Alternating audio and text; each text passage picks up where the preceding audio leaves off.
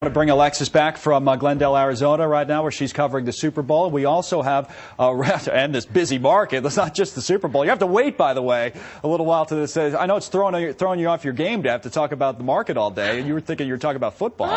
No, this is great. This is such a great topic. I'm loving this. We've got a couple other guests with us. Roger Aguinaldo, of course, is here from the M&A Reports to talk about the deal. And, of course, we also have the man who's covering this wall-to-wall for the Wall Street Journal, the Deputy Bureau Chief in San Francisco, Don Clark. Let's get started with you, Don. Tell us about this deal. How big is it?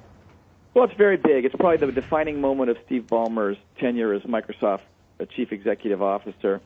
He kept talking today on the conference call about, there was only one big guy out there who has scale. That was an obvious reference to Google, and he definitely wants to catch those guys.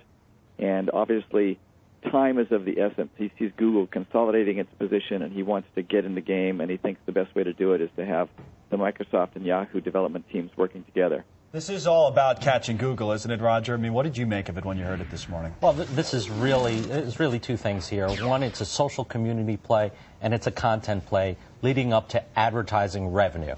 And that's really what Microsoft is after. This is really a shot at Google. And is it one worth taking and one that'll make its mark, so to speak? I think it's one worth taking for Microsoft, sure. Had to do this. Yeah, they had to do this. They had to do something. I question some of their tactics in being able to do this as an M&A specialist, but this is one way to do it, and they're going right after Google's backyard. It is interesting, Alexis, and maybe we could get into this a little bit more about where the stock, Robert and I were talking about it before, where the stock is trading below the offer price. The offer price, of course, was $31 a share, and we're a couple bucks below that right now.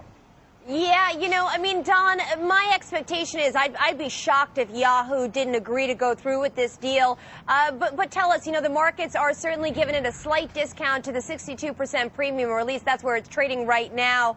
What do you think? I mean, does Yahoo take the deal, and what does this mean for Google? Well, it's clear they haven't wanted to. Microsoft's been after them off and on for 18 months here quietly.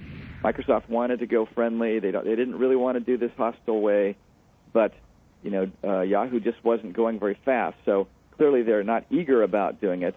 And now that the founder is running the company, he particularly is not eager to do it. But they are likely to be in a position where they may have to go along with it.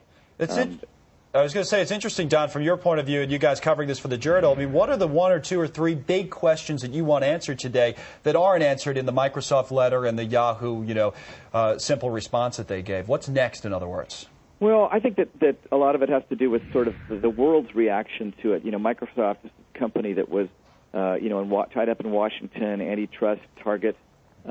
Here's big bad Microsoft essentially recycling all that money it got from its position into this taking over the big Internet world.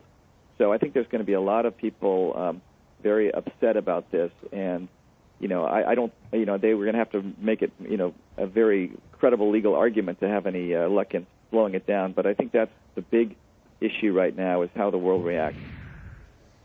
Roger, I'd love to ask you, we've been talking about the M&A market. We've been talking about it for months now, and a lot of people are going to read the tea leaves of this deal and question whether or not this could be a big year for big deals, because clearly the guys who've got some money see some valuation. What do you think about this? Is this the first of more to come? I believe it's the first of more to come. We talked about this a few weeks ago, that M&A is going to be a big deal this year, and especially among the corporates. This is a typical example of what we're talking about. Microsoft has a lot of cash.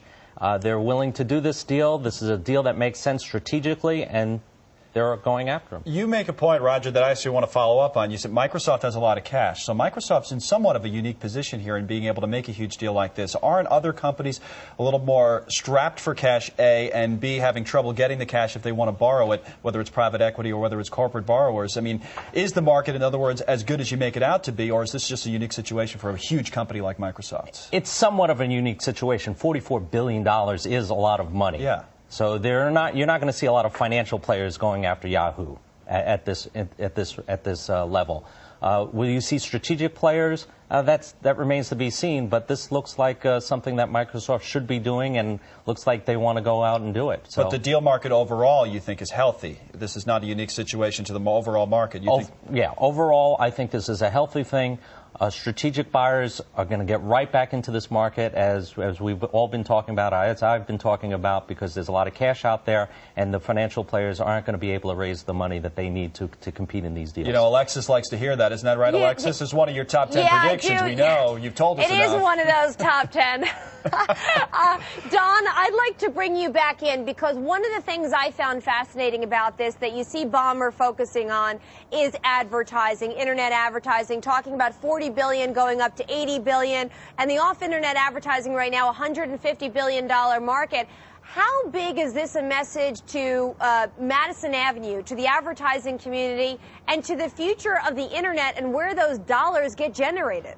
Well, what Ballmer's trying to say to those people is, you don't really have a choice right now. Google is the only game in town.